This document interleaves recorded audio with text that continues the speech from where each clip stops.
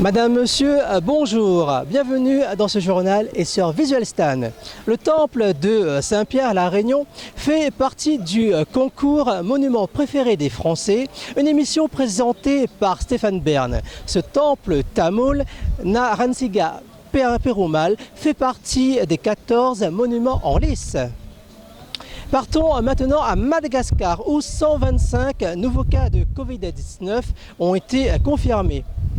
2 patients sont décédés depuis le début de l'épidémie. Au mois de mars dernier, 8866 personnes ont été frappées par le coronavirus. Face à un tel chiffre, le ministre de la Santé a appelé à l'aide internationale pour acquérir des équipements médicaux, ce qui n'a pas plu au gouvernement. Santé toujours. Au Royaume-Uni, Fatima Bridle, 35 ans, après un voyage au Maroc, est rentrée au pays avec son mari.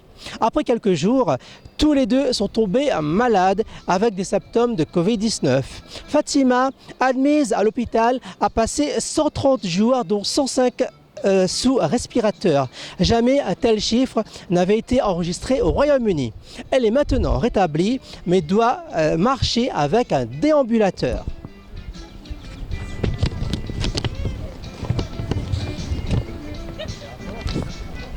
Continuons notre périple à travers le monde, escale aux Antilles.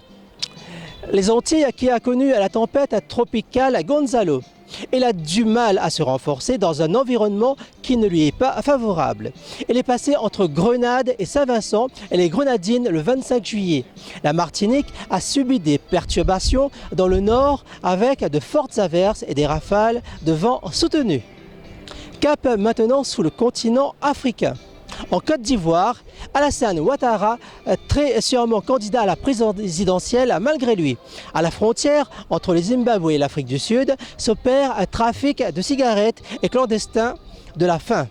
En Centrafrique, l'ex-chef de l'État, Bozizé, candidat à la présidentielle de 2020. En Tunisie, Hichem Machichu, ministre de l'Intérieur, désigné chef du gouvernement.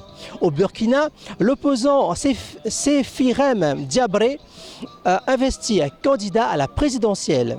À Kinshasa, pour créer de l'emploi et donner de l'autonomie aux femmes congolaises, Patricia Enzo Lontina a créé un service de taxi haut de gamme 100% féminin.